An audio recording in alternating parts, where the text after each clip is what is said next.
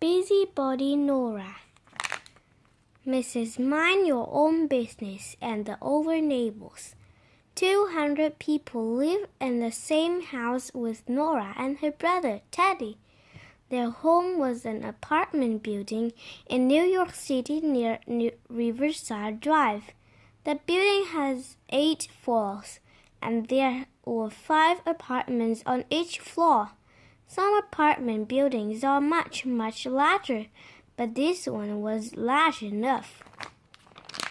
Nobody has never counted all the people, but Nora has once told her mother, "1 million people live in our building." Mommy had corrected her. "Not 1 million, but maybe 200, she said. That number was big enough. It fascinates Nora and stuck in her head. She likes to imagine the other people in the building. It was funny to think about 199 other people all brushing their teeth at the same time, or 199 other people all putting slices of bread in their toaster, or 199 other people turning out the light to go to sleep. Yet even though they live in the same building, and she had been there all her life, which was 5 years going on 6, Nora hadn't seen all the people. She knew all the dog owners because they often rode in the elevator with their pets and took these pets for walks along the street in front of the house. Nora and Teddy counted 7 different dogs in their building: 2 Dachshunds, a poodle, a German Shepherd, and 3 mutts. Their favorite dog was a mutt named Pussy, who could carry a small bag of groceries in her mouth for her owner. Nora and Teddy knew the names of all the dogs and greeted them whenever they saw them. Someday they hoped they could have a dog too. "Or how about an alligator?" said Teddy. "An alligator?" Mommy gasped the first time he suggested. "Where would we put an alligator?" "In the bathtub, of course," answers Teddy. "If we had an alligator," said Mommy, "we probably wouldn't have very many friends."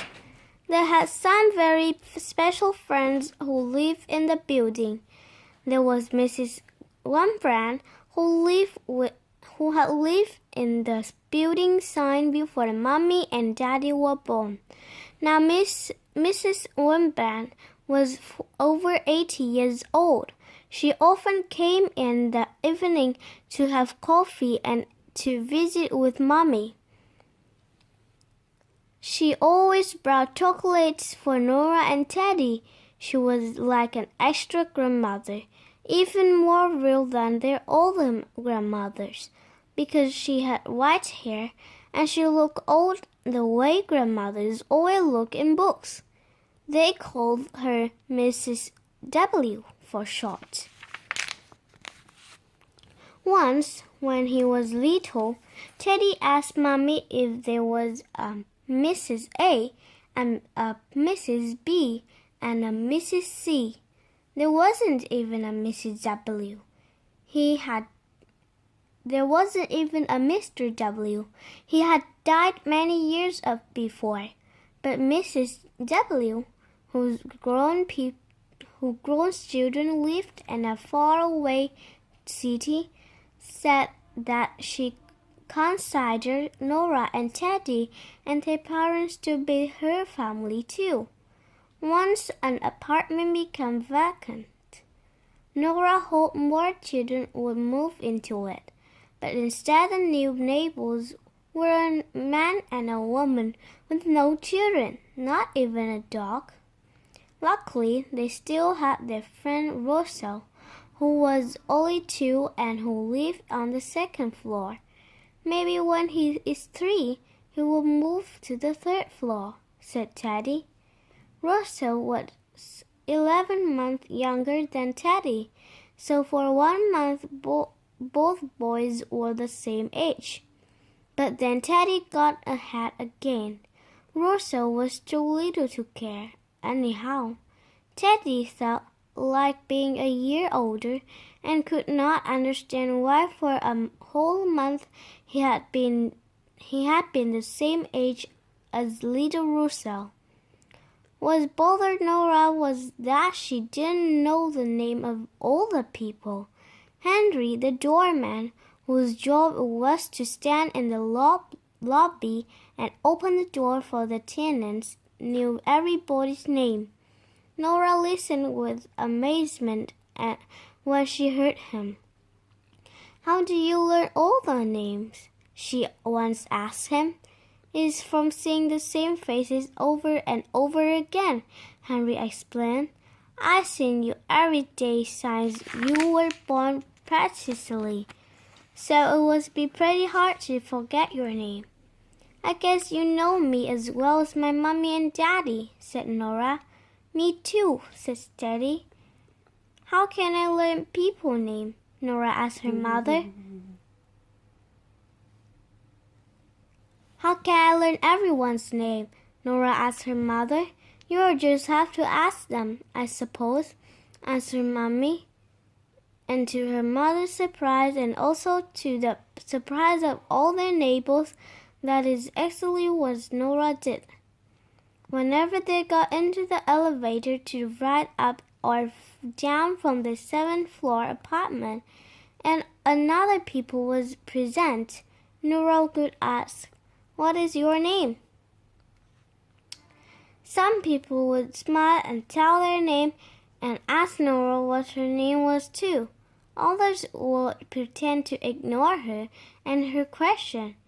One cross woman carrying a heavy bag of grocery just glared at Nora and said, Mrs. Mind your own business."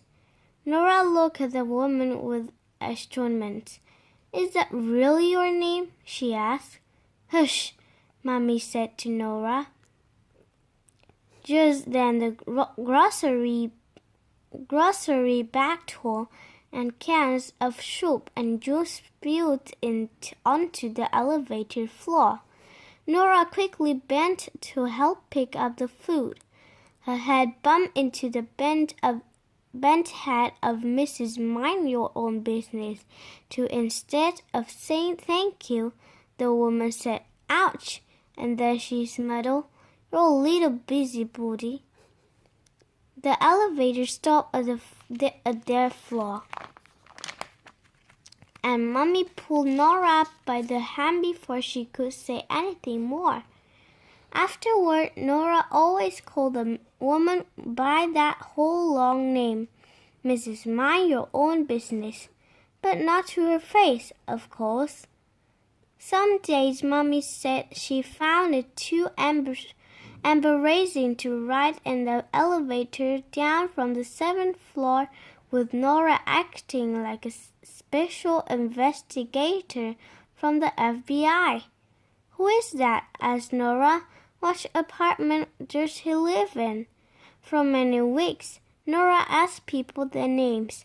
Some of the names she learned were those of delivery men and postman named Tommy with a registered letter and an insurance salesman. Others were relatives and friends of the other teenagers. Some of the names she forgot, like that the insurance salesman, but most of the names she remembered. She knew Mrs. Gross, who lived on the 5th floor, and Mr. and Mrs. Denny Gris, who lived on the 8th floor, and she became friendly with a woman named Anita, who lived on the 7th floor, across the hall from them. "Do you know that?" Nora asked Henry. "Since we all live together in the same house, we should all do special things together." "What do you have in mind?" he asked her. "Well, we would have a great big party for everyone," suggested Nora. 200 people blowing out candles, 200 people eating ice cream, 200 people sing together. I'll ask my mother if we could have a giant party. I doubt it, said Harry. In fact, I would say never. Maybe, said Mommy, which was the way she sometimes said no. I think, Nora, you had better plan your entertaining on a smaller scale. How do you weight it? Asked Teddy.